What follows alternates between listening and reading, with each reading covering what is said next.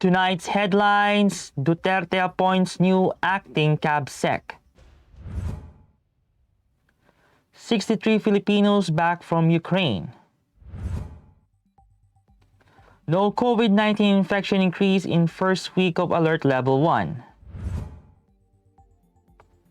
Comelec to revisit resolution on campaign rules.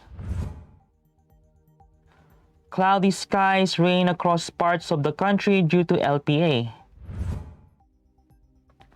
Nets trample Hornets. And Philippines can withstand new oil crisis, says DTI. Good evening. Today is Wednesday, March 9, 2022. I'm Miguel Paltagonon and this is Tribune News on Q. Here are the stories for this evening.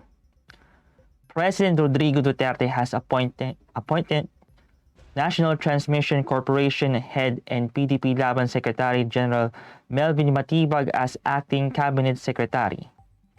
Duterte signed Matibag's appointment papers on Tuesday. Matibag will replace Carlo Nograles, who has been appointed as chairperson of the Civil Service Commission. The PDP Laban official took his oath Wednesday before Executive Secretary Salvador Medialdea at the Malacañang Guest House. Matibag also vowed to fulfill his role until the remaining months of the Duterte administration. He also guaranteed the cooperation of the Cabinet Secretariat for ensuring the smooth transition of power to the incoming president. The Department of Foreign Affairs said Wednesday that a total of 63 Filipinos have arrived in the Philippines from war-torn Ukraine. DFA Undersecretary for Migrant Workers Affairs Sara Lu Ariola said that at least 199 Filipinos are already out of harm's way.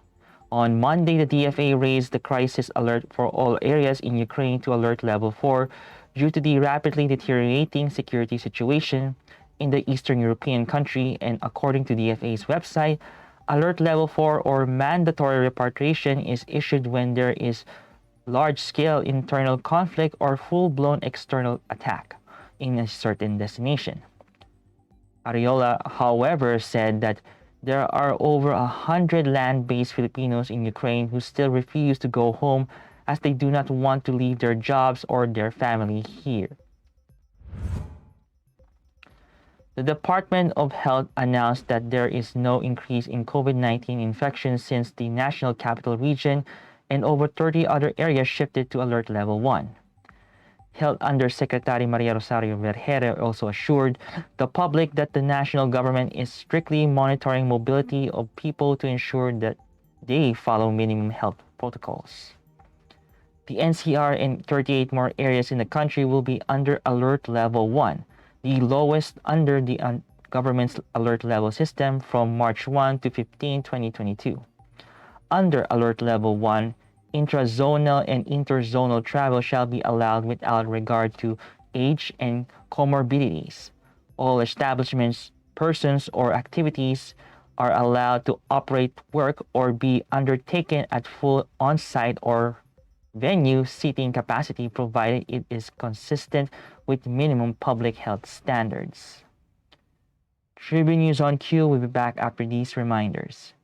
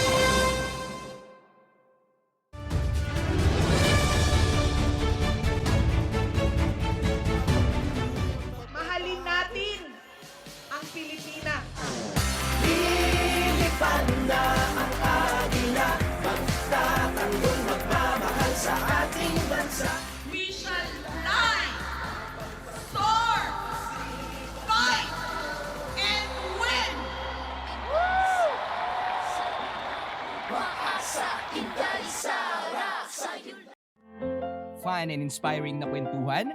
Sagot na yan ang programang Spotlight ng Daily Tribune. Makipagkwentuhan at kilalanin ng iba't ibang personalidad na kilala sa kani-kanilang larangan. Manood at makinig sa mga inspiring stories na kanilang ibabahagi kasama si Nina Ventura at Jojo Silvestre. Be ready ng mamangha at matuwa every Thursday alas 2 ng hapon dito lang sa Daily Tribune Facebook page at Tribune Now on YouTube.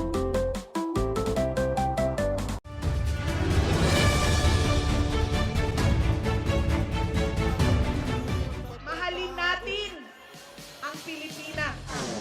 Lilipad na ang agila, magtatanggol, magmamahal sa ating bansa.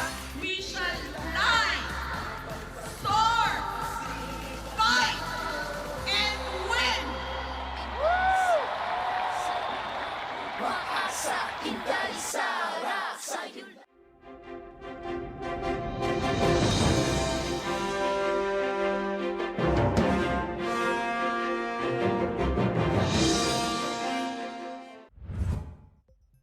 In other news, commissioners of the Commission on Elections have agreed to revisit the resolution stating the rules on campaigning for the 2022 national and local elections amid the COVID-19 pandemic. It was confirmed by Comelec Director Eliza Sabil David during the briefing at the House Suffrage and Electoral Reforms Committee on Wednesday. During the meeting, Bayan Muna Party List Representative Ferdinand Gaite asked if there will be changes in campaigning as the alert level status amid the pandemic has been downgraded. In response, David said that proposal of newly appointed Comelec Commissioner George Garcia to review Resolution 10732 during the NBank meeting was approved. She said the new guidelines would be aligned with the existing alert level being implemented by the government. He also clarified that the entire resolution would be reviewed and not just some of its provisions. State Weather Bureau Pag-asa announced that cloudy skies with scattered rains and thunderstorms will prevail in parts of Luzon, Visayas, and Mindanao due to a low-pressure area and the shear line. The LPA was last spotted at 260 kilometers west of Zamboanga City. Visayas, Mindanao, Bicol Region, Mimaropa, and Quezon will experience cloudy skies with scattered rain showers and thunderstorms caused by LPA and shear line. Cagayan Valley, Cordillera Administrative Region, and Aurora will have cloudy skies with light rains caused by northeast monsoon or amihan.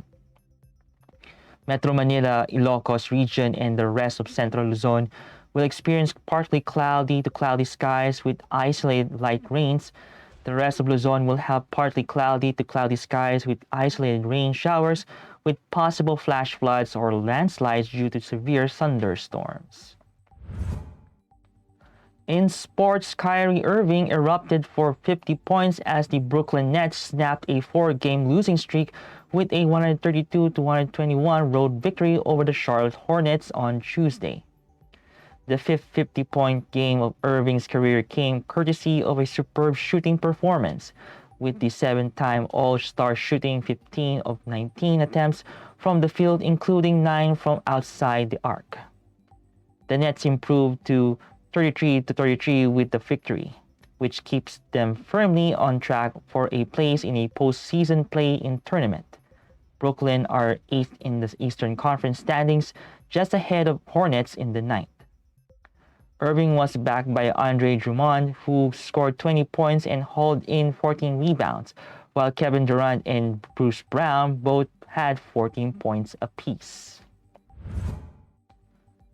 And in business, Department of Trade and Industry Secretary Ramon Lopez is optimistic that the country can withstand the current crisis in oil prices as the government rolls out policies and programs to mitigate the impact of the Russia-Ukraine war. Lopez said the Philippines was able to overcome crises post-World War II, which include the oil crisis in 1973, 1997, 2005, and 2008, the Asian crisis in 1997, and the global financial crisis in 2008. Although the government did not put on the table the discussion of suspending excise tax and value-added taxes, particularly in petroleum products, Lopez said the administration vows to continue spending and increase funding in social protection programs to support vulnerable and critical sectors. Among these policies and programs include shifting to Alert Level 1 in the entire country to increase mobility and support economic activities, doubling the fuel subsidies for public transport drivers in sectors of agriculture and fisheries, raising buffer stock for liquefied petroleum gas, suspending import duty on coal from most favored nation, and promoting energy conservation, among others. That wraps up the stories tonight. Before we go, we would like to thank the SM Store, Araneta City, the Department of Tourism, MG Motors, Hina Motors, Security Bank, Empire Eastlands Holdings Incorporated, and Overseas Community Affairs Council member Alan Lin of the Republic of China for their continued support. Again, this is Miguel Pautagonon, and you're watching Tribune News on Cue. Stay safe, stay healthy, and stay at home. Good night, and God bless us all.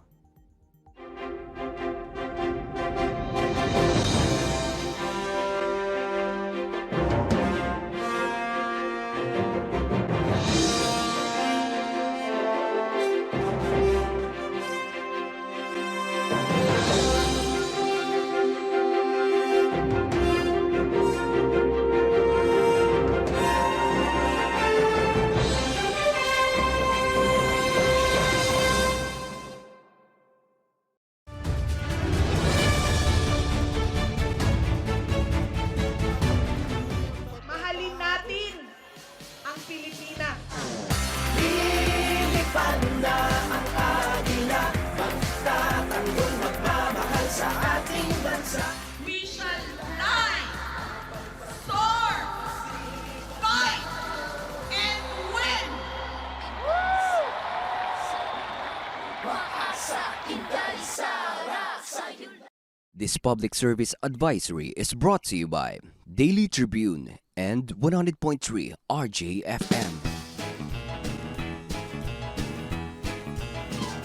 Oh, vaccination, isolation. Gotta keep up with my nutrition. Gotta maintain my body condition. Then I can take my vaccination. What do I choose? What do I take? As long as it is not a fake. AstraZeneca, Moderna, BioNTech, even Sinovac, okay na.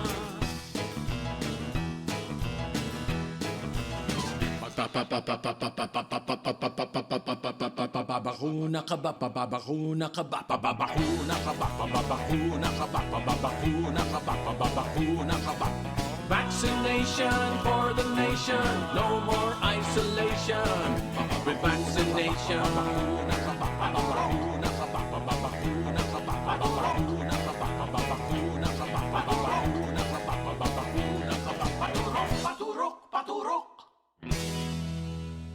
This public service advisory is brought to you by Daily Tribune and 100.3 RJFM. Magandang araw mga katribu! Narito na ang mga makakasama nyo tuwing umaga sa programang Gising Na. Roy Pelevelo, Atty. Lia Badillo Crisostomo, Vernon Velasco, Kim Sancha at Chirk Balagtas.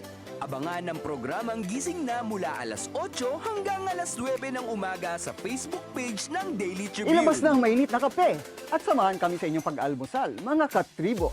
Simulan natin ang bawat umaga with good vibes sa mga informative and recreational segments ng aming programa. Maaari niyo rin ibahagi sa amin ang inyong opinion via Daily Tribune Facebook page at Tribune Now sa YouTube.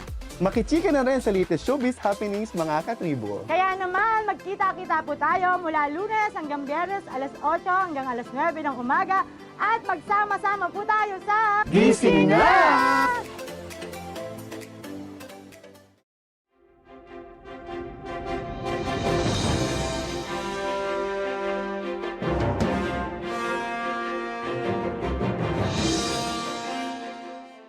Catch the latest news on our website, tribune.net.ph. Follow us on Facebook, Twitter, and Instagram.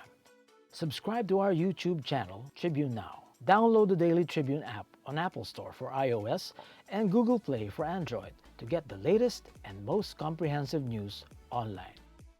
Daily Tribune invites you to join its Viber community, Tribune, to get updates on the hottest news on politics, business, sports, lifestyle, and entertainment.